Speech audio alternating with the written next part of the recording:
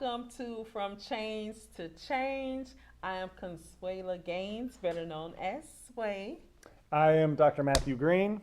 And I am Marcus Simmons, better known as Chachi. And we are Voice of the Experience, better known as Vote. But today we are From Change to Change. And we're going to have a very interesting show for you guys today. And we are going to start off with one of our members who did excellent during this past GOTV season. Who else we're going to have? So it's the holiday season, and so we're going to talk to families and loved ones about what the holidays are like with incarcerated loved ones. This is an episode we've been meaning to do for years, and it just seems right now with the holiday season coming up to talk to folks. And Marcus and Sway are actually going to be leading this one because y'all have experienced this, and so it's a much needed conversation. People need to hear about this to know that they're not alone and know that there are other folks who've been through this before. So if you have a loved one who's currently incarcerated and you're kind of frazzled, what should you do to help keep their spirits up? This is the show that you need to be tuned in today, because you're going to hear from some people who are in that same predicament, sharing what they do with their loved ones during this time of year. So, and also remember that those closest to the problem is closest to the solution. So if you listen closely to these people, you could probably find a remedy to what has you ailed about the whole situation, how you can deal with your loved one being incarcerated during this holiday. So stay tuned and we'll be right back. Hello and welcome back to From Change to Change. And with us in the studio today is one of our long-standing members, powerhouse canvasser, Dr. Matthew Isaac. How are you? I'm good, thanks. How are you? Great. Thank you for joining us, Matthew. So look, we had the opportunity to do some canvassing for this past GOTV season. And you were one of our lead canvassers because, you know, you were so serious about this past election. It meant a lot to you. So what was that like for you to be able to get back into canvassing? Because we hadn't done it in It about had been a 3 long years. time. I was looking forward to it too. I mean, I like Been it, a while. and I can't wait to do it again, actually, because, as you know, Senate Bill 2, which I keep talking about lately, is coming up, and that's going to be a huge public information campaign. And the topic itself lends itself to a type of canvassing called deep canvassing. It's an issue that is made for deep canvassing. So I'm hoping that we'll get out there again, particularly in Truman and some of the other neighborhoods we focused on, and canvas again. So yes, I was definitely excited to get back into canvassing. I only wish the season was longer. We got kind of a late start. Then we had a hurricane on the day of the training, and that was put off by 6 days. You know, instead of just 1 or 2 days, it was rescheduled for the next week. And then, you know, the election came up, so it was really, literally like 4 or 5 weeks. So it went by quick. It went by really quick. It did. Yeah. I really appreciate how you describe it as a season, like it's a contact sport. In some ways, it is. I'm curious, right? So I first met you, and I know you in Vote as, right, like you hit the ground running with canvassing. What makes you love it so much, right? Like that is, every time I've seen you with Vote events, you have wanted to be on the ground, going and talking to people, knocking on doors. What makes you love that and want to do that so much? Because you get to run the streets and talk to strangers and get paid for it. That's what I always say. It's like you get to run the streets. I mean, I like to be outside. I like to be moving. I don't like to be sitting. I don't like to be like in one spot. Is it the talking to people that you really enjoy the most, and kind of it's always a different You're a person. psychologist. Yeah, it's always a different person. So is it the hearing people's different perspectives when it comes to voting and the issues that kind of propel people to vote that really intrigue you to get it out there? That's part of it. And this time, it was the other. I learned more from the other canvassers themselves than I had in the Power Coalition days, actually. Okay. Because in the Power Coalition days, I was canvassing mostly with Johnny, which is fine. That's one of my best friends. But this time, he wasn't here as often, and we tended to rotate through the pairs more. Yeah. Like in the Power Coalition days, I kind of regretted that I didn't canvass as much with some of the other people. I Okay. canvassed with Johnny, who's another white person. So it kind of upset me a little bit that we kind of even self-segregated a little bit even then, and it's like I still didn't really get to know some of the perspectives of these other people. But this time we canvassed with, I got to canvass with different people, and I met Miss Pat, of course, and Of and course. I'll never forget her stories about being a Yes. student on the UL campus when it was first integrated, like one of the integrators of UL. And I'd always kind of thought that, well, once it was integrated, but no, it was a lot.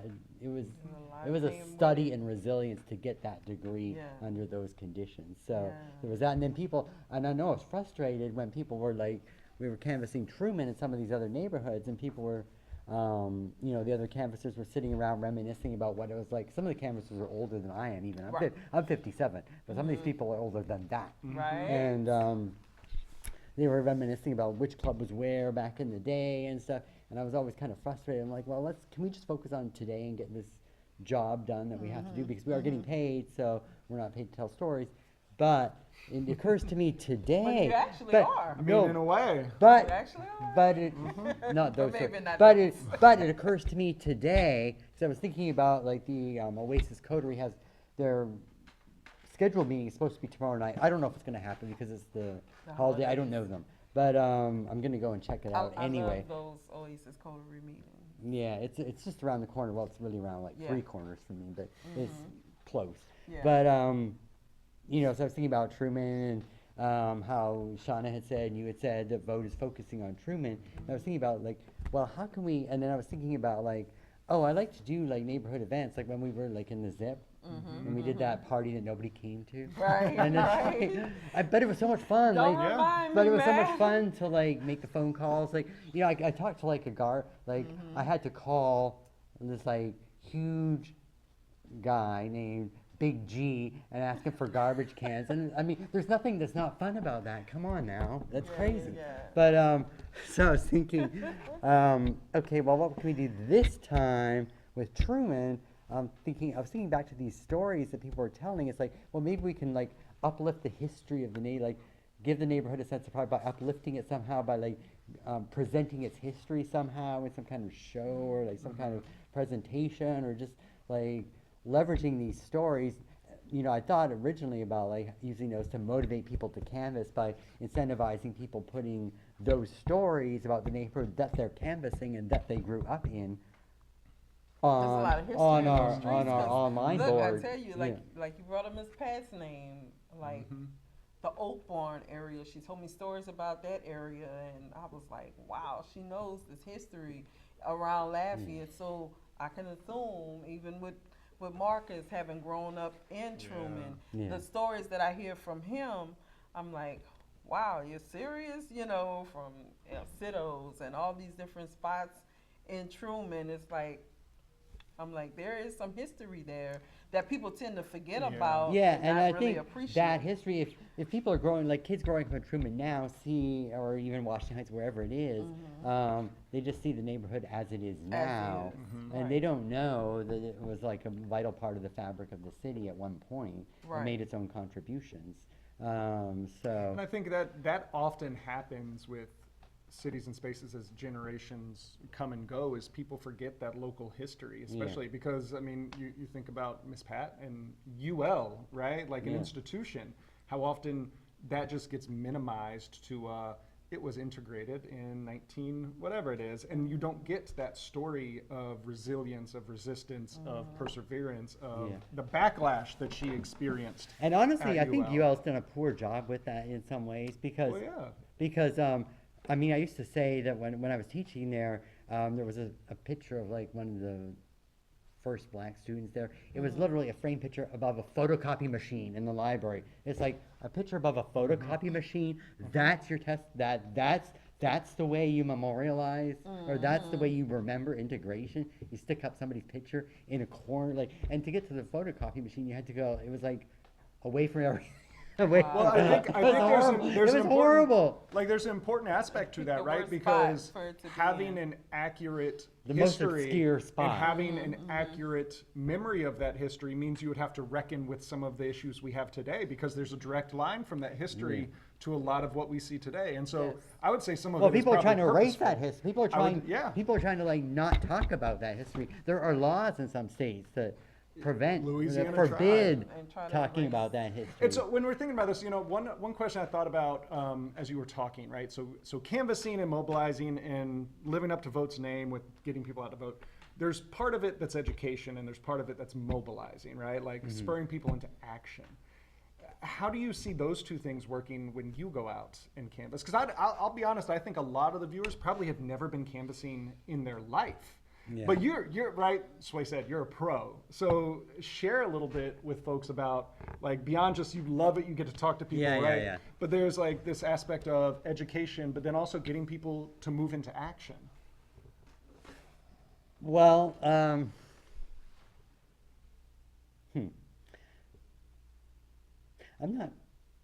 I'm actually not sure. I mean, I haven't really thought about like how to move people into action, other than telling them that they can get into action. Because I remember when 636 passed, we were telling people that they really could vote, and that in itself, a lot of people were excited that they could Yes. vote. So simply reminding people, or going out to the people that should be taking on, like, not throwing away some of the power they do have, is one thing that's part of like canvassing, is to encourage people to use the power that they do still have.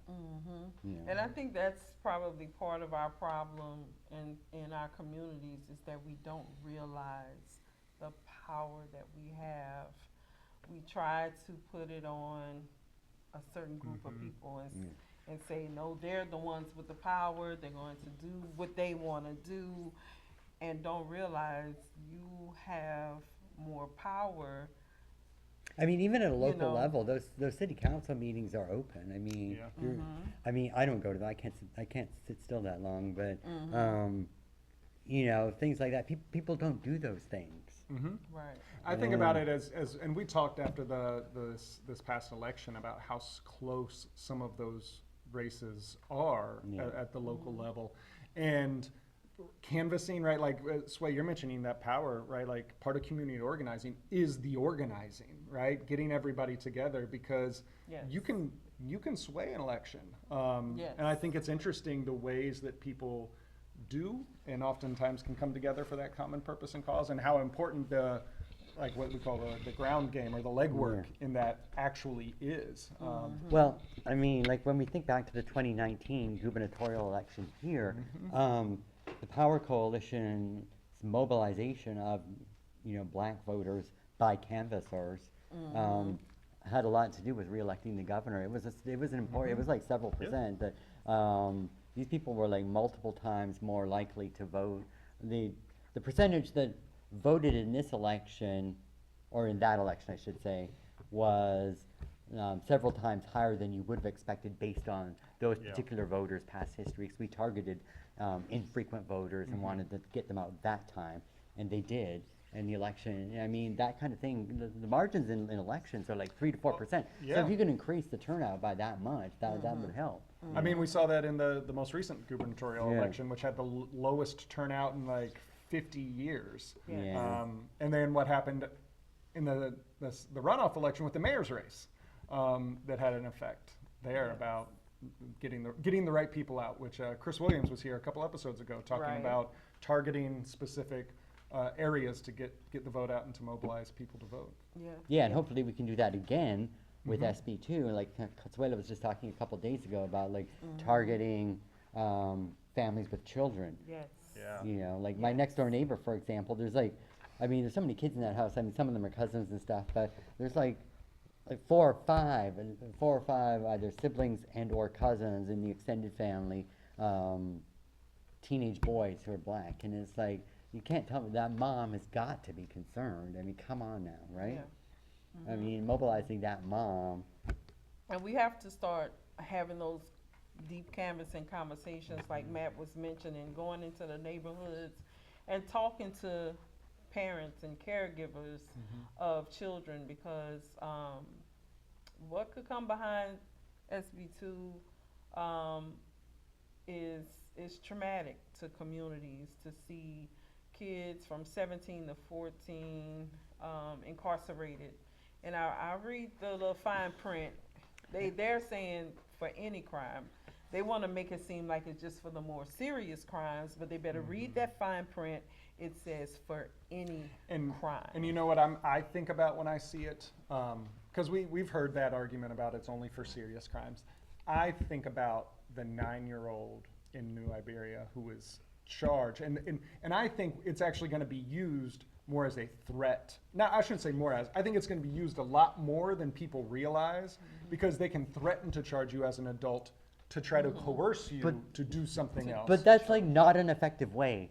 It's not effective at all, but I think that's right. Threatening people is not. None of it's gonna be effective. a tactic. None of it's effective. It's going to be a tactic. But you know what? And so you're going to get youth charged as adults, and then a lot of people coerced because they can be charged as adults. Yeah. And you know what upsets me if we go back to the neighborhood thing, is that people in neighborhoods blame themselves for the way the neighborhood is now, as compared to the way it used to be sometimes. More often than I would like to hear. But they're talking about these destabilization, neighborhoods are destabilized, are not what they once were. It's because our people have gotten into drugs, and it's like, I mean, whether that's true or not, what's also happened is mass incarceration. Yeah. Yes.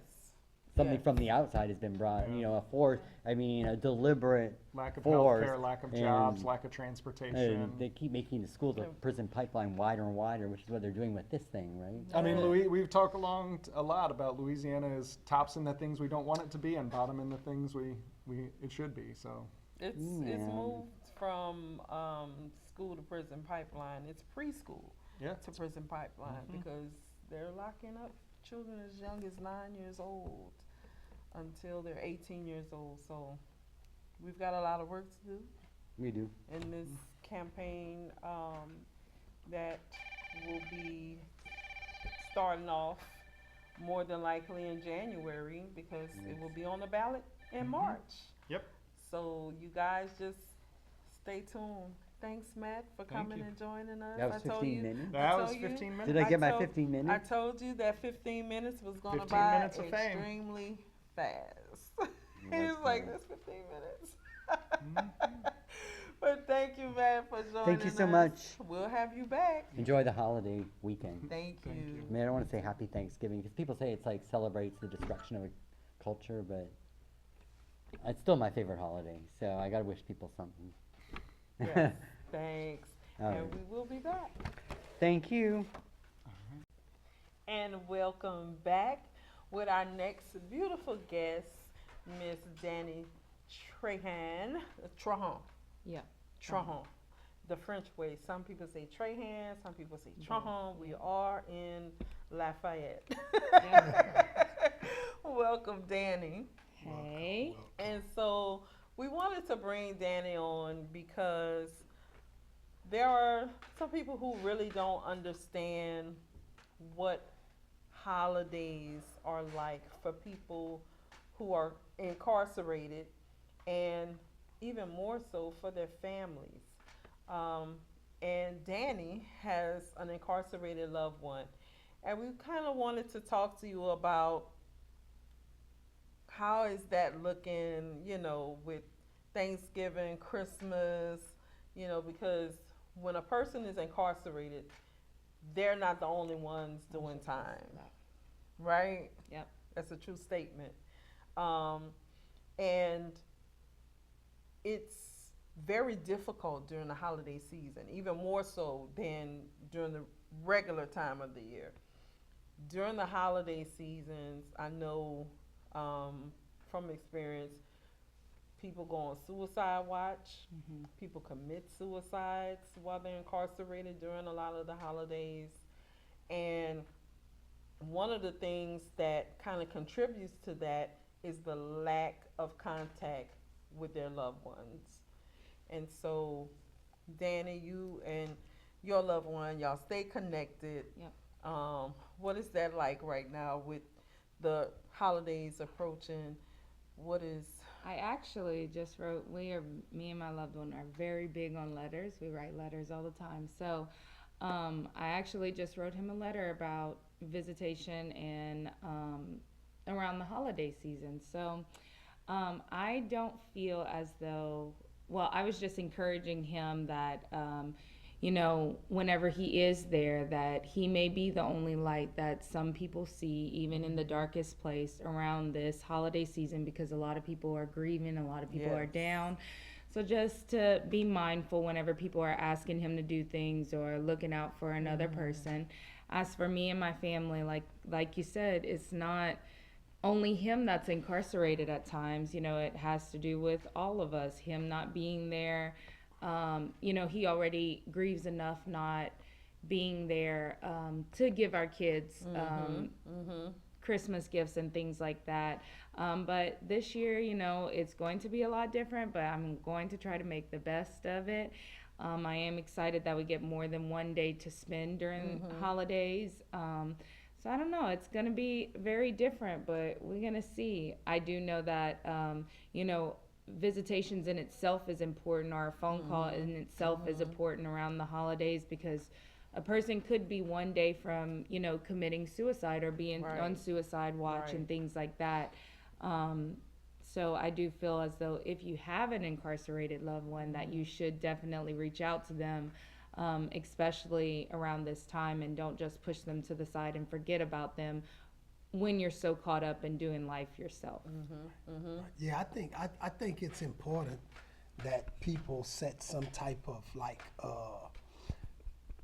make a deal with themselves that they're going to, because I mean those phone calls cost, and I know some new rules has become in effect regarding phone calls that I'm not too familiar with, so I'm not gonna. But they're supposed to be rectifying the phone call situation. But from my experience, these phone calls cost. Yep. So I understand that families cannot just accept, because life is life. Yeah. Right. However, I think families need to make a deal with themselves that at least 2 holidays a year, Yeah. that person, they will make that sacrifice to let that person call at least once Yep. Even on if those it's just for holidays, 15 because minutes. that means the world. Yes, that could mean life or death. Yeah, that could also be your only gift, because it's not like you can really, besides putting money on their books or something, it's not like you can actually give them a gift. So just that phone call, just that conversation is a gift in itself, because even though we're on the other side, you don't know what's going through their mind. Right. And that one phone call can be very life-changing for a person, especially with all of their family members around. Yes. Yeah, because I know when I was still incarcerated, I used to love to call home around the holidays, because that is when you would catch all your Everybody. siblings and some of your cousins and maybe an uncle and an aunt. So I used to always love calling on Thanksgiving or Christmas, because I knew, it would be a house full of people, and I would get to talk to this person or that person, people I hadn't talked to in a while. So, like to Marcus's point, yes, please, if you can, if it's within, your capability financially, to be able to spare that $5 for your loved one, to be able to call home and be able to talk to some people they haven't talked to in a while, you know. So what I are have some things something that to you say about you that. have about uplifting? Them, the incarcerated Mm-hmm. people. Yeah, a lot of us. Well, back up to the financial situation about the phone calls. I just have one thing to say. If you don't, because I think this is aired before Yes. Christmas. If you don't have the financial resources to get one phone call from your loved one, or even if it's 2 phone calls, whatever, and you want to reach out to Sway, she can definitely reach out to me, and I'm all for it, because I know how important it is. So if anybody contacts you, contact me. All right. Anyways, lifting them up and uplifting them. A lot of us grieve people while they're still here and they're not gone. And I want to encourage everyone to not do that this holiday season. You know, they are still here, they are still around. We still have access to these people. So whether it be a bad situation or a good situation, just make the best out of it, not only for you and your soul, but for the people on the other side. I don't know anything more about lifting them up. But just look, bring them look, joy. And we talked about affordability. You buy stamps? Yeah. How much are stamps now? A postage stamp. 20. Oh, yeah, those is high. I tried cheating, so I do the JPay now. But I write my You letters could do and then that I too. text them. I mean, because the JPay The stamps JPay stamps cheaper are $6 for 20 for of 20. them. For 20. Yeah. So you can JPay them. Yeah. You can send them a email, or a good old fashioned handwritten letter will Yeah. do. But They're you not know, expecting, most of them, if you haven't wrote them in a long time, they're not expecting that. And I'll never forget what my loved one said, is that whenever everybody else is around getting letters and cards for the holidays, you're patiently waiting for Yes. that one name to be called, or like your name to be called to, that means that somebody actually cares for you, somebody actually loves you. So if you can handwrite a letter and just send it in, it could be I love you on a paper. You know, those boys are waiting, or those women, they're waiting on that. Yes. They want to see that. Yes. They may not say it. Some of them are very, very prideful. I Oh, know a lot most of definitely. them, but they may not say that that's what they want. But I encourage us to take it upon ourselves to just go the extra mile for them this holiday season, because if they could do that for you, I know that they would. Yeah. This That- conversation that brings mail back call. memories, Yeah, man. mail call. I still do that. I do it with my mom and my sister when I go check the mailbox and bring mail in the house, and Yeah. I'm going through sorting the mail out. I'm like, mail call and giving mail I know to whenever my mom. I see that on my email that it's come, like I see that my what's coming in the mail, and girl, whenever I see that my man's name pop up, I'll be ready to get home. Like, can 5 o'clock hit fast enough so I can go So read that if letter? you feel like If that, I feel like that, imagine just what- imagine them. Yep. Yeah. When you're on the I inside, sure be running. you Yep. look forward to mail call. You don't know who it's from, Yeah. but you just really, really look forward to hearing your name being called. And from the perspective of the person inside, believe me, we have to play every kind of trick to ourselves, on ourselves, to be able to survive. Like she said, even though they don't say it, like, you have to play mind games with Yeah. yourself. And those mind games are literally giving you mental illness. Yeah. Believe it or not, now I know, but it's what I had to do. Because, like, for me, survive. my mom was paraplegic. And when I went to prison, I was the oldest boy. I was the one that raised my brothers and sisters, because we had no father, neither one of us. You know what I mean? Their father was in prison for trying to kill us, for trying to burn the house down. So he was in Angola, and it was crazy because he's teaching me from Angola how to survive Angola when I get there. Like, it's a mess. But while I was in there, I had to, like, play these games with myself, like, and block things out. I blocked holidays, birthdays. Yeah. I blocked everything out. Like, I just blocked the outside world out. And Sway, my wife, anyone will tell you today, don't trust anything I say with numbers. Yeah. I'm telling you, because I'm completely lost when it comes to count, like my birth. I just started remembering my birthday. Yeah. People used to have to tell me it was my birthday. Like, so, you know, Yeah. it's so, and depression acts up in so many different ways, because we're talking about suicide, but depression in there drives people to want to hurt people. Yep. Yeah. Like it's a crazy dynamic, but some way somehow hurting people makes someone feel Yeah. better. Yeah. It's just the nature of the environment. So anything you can do to keep those people calm, especially at a time like this, Yep. like, because right now, look, because I want to say this, I don't want to take much time, but I want to say this. You have people incarcerated, have been there for 20, 30 years, and they want to die. I have, You know, I met honestly. someone at the vote thing whenever we went. I think I told y'all this whenever we went, and he may be watching or whatever, but he looked at me and, well, he said that he was from Pennsylvania and he was out here like without all of his family, and he had just got released after all these years. He said he laid in bed one night and he said, God, if you're ready for me, I'm ready to die. Yes, The I've been next there. day, he I've ended been up getting a letter from his family and he's out now.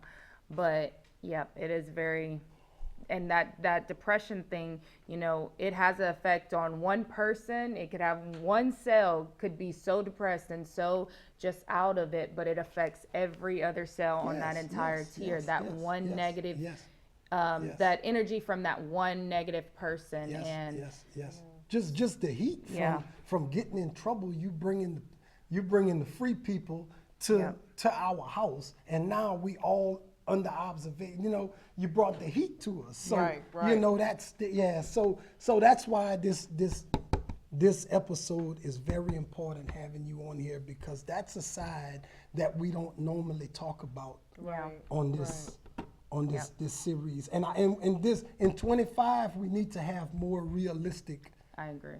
episodes with more realistic I mean, all our issues are realistic, but like The people inside really of need it. to understand like what's happening to the family dynamic, you know, and how I incarceration. feel like a lot of incarceration has to do with somebody leaving the home first, and it just trickles Right, down. it trickles those down. those kids committing crime, they're not just committing crime just to somebody they know is incarcerated. And this is why visitation is so important. Even taking your kids to visit or their kids to visit, it plays a big part, because even though we don't want to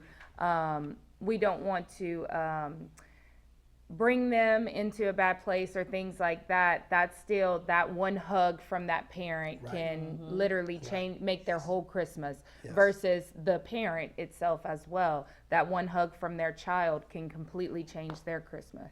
Yes. Yes. So So- happy holidays. Yes. So look, so we have a few seconds left. Someday he's going to be able to see this episode. He will. What you want to tell him?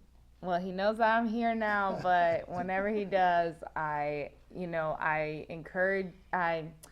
so thankful for you, of course, and I know that you are one of the strongest people that I know, and I pray until that this fight is continued and it's over with. Your strength has reached other people around us, because I wouldn't be here today without you. Nicely said. Thank you so much for joining us, Danny. Thank you. And we will be back. Hello and welcome back to From Change to Change. And with us today, we have a very, very lovely member of Vote who has been with us for a while because she is directly impacted by the incarceral system. Miss Sharon Williams is here with us today, and we are so delighted to have you with us, Miss Sharon. Oh, thank you for the welcome. I really appreciate it. I'm not happy with the circumstances that brought us together, but I'm grateful to be here, to be a part of Most this definitely. community. Yeah. Most definitely. So, today we're doing something a bit different because, um, as you already are aware of, our organization is comprised of formerly incarcerated people, currently incarcerated people's family members, which you are a family member of someone who's currently incarcerated, and you love near and dear your son. And it's the holiday season, and I know firsthand how trying that time can be in the year. It's hard for the person who's incarcerated, and it's hard for that person's families. Um, and so we just want to talk to you today a little bit about what are you doing to try to help your son this holiday season. Oh my. So I've had to be intentional. This semester, I've had some things that have been, or this time of year that demand my attention. And so, about just before Thanksgiving, I was like, I'm gonna make sure I mark on my calendar for me to go visit my son. I made an intentional choice to block off anything that would be on my calendar so that he can see me before the holiday. It just so happened that when I got to I don't know how to describe it, but where he's at, where they take pictures at, the background was a Christmas background. And taking pictures has been a regular part of our visiting routine. And it's important to him. He just only calculates, okay, we have enough money for food. Do you have enough money for pictures? That's like a regular thing. Like, what's in the budget? Like, and I realized those pictures are really important to him. And I noticed that, well, it's Thanksgiving, but we have a Christmas background and it looks very festive. But I wasn't feeling very festive. Mm, It felt, and they're trying. It's a beautiful background. It has the colors of my dress, but this is not a happy Christmassy place to be in. right, right. That's understandable because, it's like trying to brighten up a very dark and gloomy place. Mhm, You know, I mhm, know. Yeah, yeah. It's weird mhm, because that's something that we did.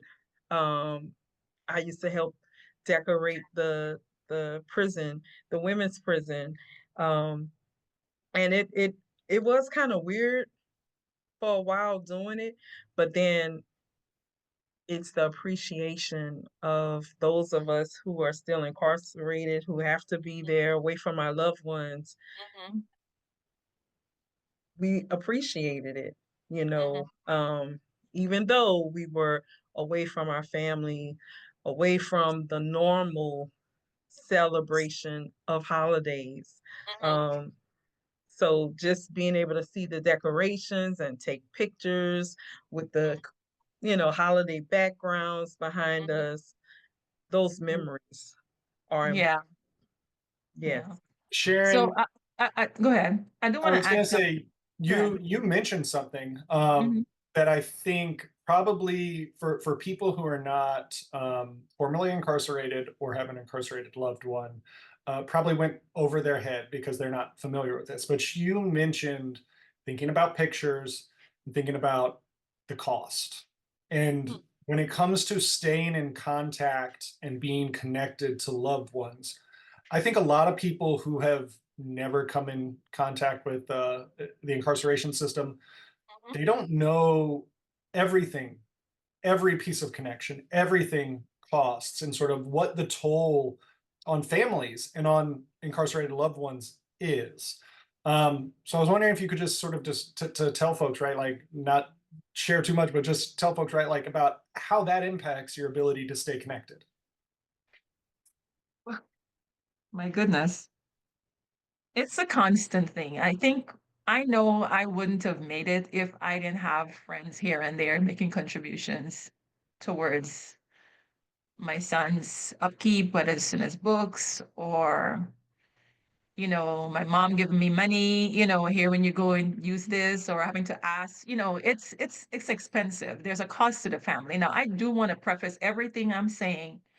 I do want to say this before I say anything else, and that is what I'm saying is not without consideration to people who are potentially on the other side who've been victims of whatever it is that have brought our loved ones into the space that they're in, because In some instances, people are dealing with the loss of their son or their daughter or whoever it is, and they can say, well, at least you have your child, right? At least you can go see him. Like, what the hell is your problem? Like, you don't have any problems.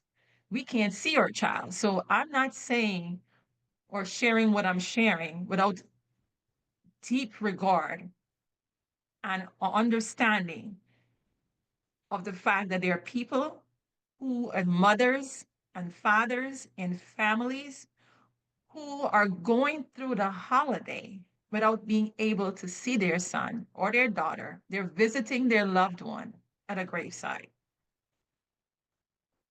So I Thank you. have to preface everything I say with that consideration, because truly, when I look at the alternative, I am blessed still that I get to go see my son. I get to go see him. So, regardless of the background, regardless of the cost, because once somebody is gone, no amount of resources is going to bring them back. I appreciate you bringing that up, Miss Sharon.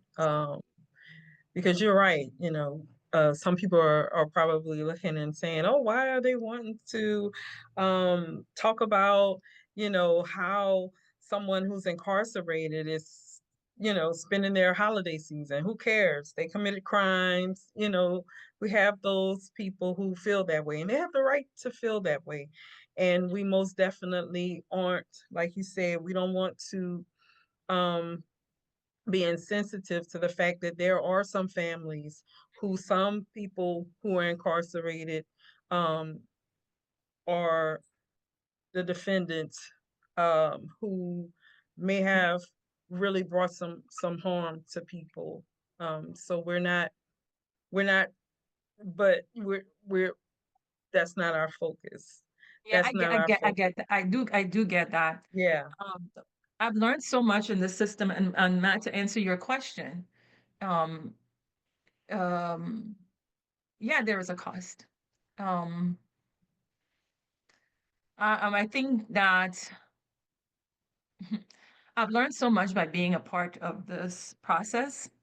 I'm a trained educator, and I've learned so much that I would not have learned had I not gone through this experience. I wouldn't be in a place of wanting for change right now and for advocacy, because one of the things I've learned, there's this guy Brian Stevenson, and I started listening to his books on tape. So I usually travel, and so in terms of social justice work, I'm trained as a math educator, and one of my super passionate about helping students make sense of math.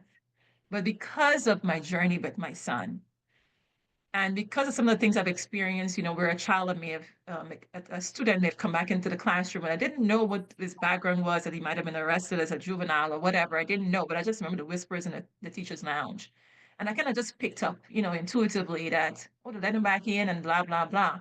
I noticed even before my child was in trouble or attached to people who got him in trouble, I noticed that, of course, not trying to divert responsibility of stuff, not trying to try, guilt or innocence right now.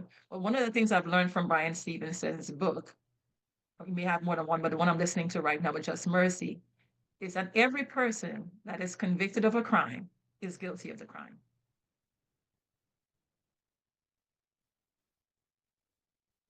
So when we're judging people, unless you're walked a certain path, you don't know what that's like. You don't know how corrupt the system is, you know, and how unfair it is and how damaging it is, not only to the person that if you tried and found guilty, but also to their extended family members. Because when I came into this country, I had a dream, as it relates to my son. I mean, as a matter of fact, in my culture, I was born in Guyana, South America. And until a woman had a son, she wasn't a woman. You understand? So a son is a prized, not that girls aren't prized, but when a son comes into the family for some reason, oh, now you're a woman. And then as a teacher, as an educator, I cared for my kids and did everything that I thought, and I know that other mothers are doing the same thing and doing the best that they can. It's just unfortunate in our society, we don't recognize that how trauma affects people and gets them to the place that they're in.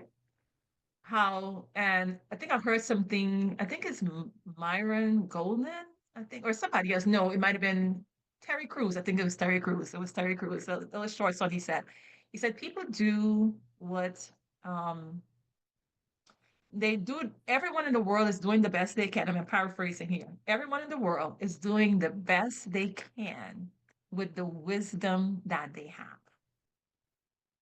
Mm, that's right. Everyone, and if you look at people from that perspective, then we can have consideration, because the wisdom that I have at my age is not the wisdom I had at 20. Is that a wisdom Marcus had at 20? Is that a wisdom you had, Sway, at 20, or Matt that you had at 20? And so to have 50-year-olds judging 20-year-olds or 17-year-olds or 14-year-old based on their wisdom that they've gathered over experience and years, to be judging and considering young people based on that kind of stuff, it doesn't seem fair. And so I think I've shared with you guys one of the quotes, and I'm going to share because I love it. I'm going to find an opportunity to share it when I can. Is, Desmond Tutu's quote. If I would paraphrase, like, one of the things we have to do, there comes a time when we have to stop pulling people out of the river and go upstream and see why they're falling in the first place. So we're not having these kind of conversations about what it costs, for a loved one who's incarcerated. What can we do? In fact, the system, one of the lessons I've learned, in fact, um, some of the most, one of the things I share with my students sometimes, I says, I'm an educator, but some of the most important lessons, the best lessons I can teach are the ones I've lived through. The best lessons that I can teach are the ones that I've lived through. And ignorance costs. This forum that you guys have hopefully continues to bring people. One of the things I wondered, did I want to be in the forefront? Did I want to talk about this? Do I want to be a face? But then I realized there are a lot of mothers in Lafayette and our surrounding areas, in fact, in this country, whose plight. We understand that the victim's family needs consideration, and absolutely 1,000%. But until I walked this journey, I did not understand that the family on the other side also has needs, also is suffering, and there's a cost to everybody, not only to the families involved, but to the communities and our entire society as a whole. That is so powerful, and so profound. And I'm going to share a short story real quick about something you just said about, right, like, do you want to be a voice and a face? And last year, Miss Sharon, we were at an award ceremony for our lovely friend Consuela Gaines, who is a wave maker here in Lafayette. And you and I were talking, and you said to me, Matthew, there is only one of you, and God put you here and in your purpose so that you can speak to everything that you are saying. And that came up for me just now, thinking about you in this space and with your message and what you have experienced and what you are able to pass on to other people, and that you are here for a reason, and only you have that voice and that experience to share. Yes, yes. And so thank you for sharing that. Um, as we talk about the holidays, I want to let every mother who is not seen, who feels some sense of guilt and shame for whatever it is your child is alleged to have done, and where you're afraid to show your face, you're afraid to share your experiences. I just want you to know you're not alone. For every mother who has suffered the loss, or every family who has suffered the loss of a loved one and who is going through a rough time this holiday season, my prayers are with you, because the kind of pain that I've experienced without having completely lost my child is the kind of pain I would not wish on my worst enemy. There were times when I thought I was going to lose my mind. And if it wasn't for the community around me, I would not be here. So I could only imagine what it's like for the other side and for anyone who's a victim of crime or any alleged crime. So I just have empathy for anyone who's going through a rough time this season. Um, the cost, I know you wouldn't be worried about the cost if you could have your loved ones back in your life for this holiday season one more time. And so I just want to encourage anyone, whether you're a part with any part of the system, it hasn't been easy. Sway and Marcus and Matt, the work that you guys have done has been very encouraging to me. And that's why I continue to show up when I can show up. The call is there. The call is there. And I'm Thank happy you. to be here. Thank you so much, Miss Sharon. I told you that that time would fly by, as it always does. We appreciate you. Thank you so much. Give our love to your son the next time you go visit him. And Merry Christmas to you and your loved ones. And we'll be Thank you. back. Thanks.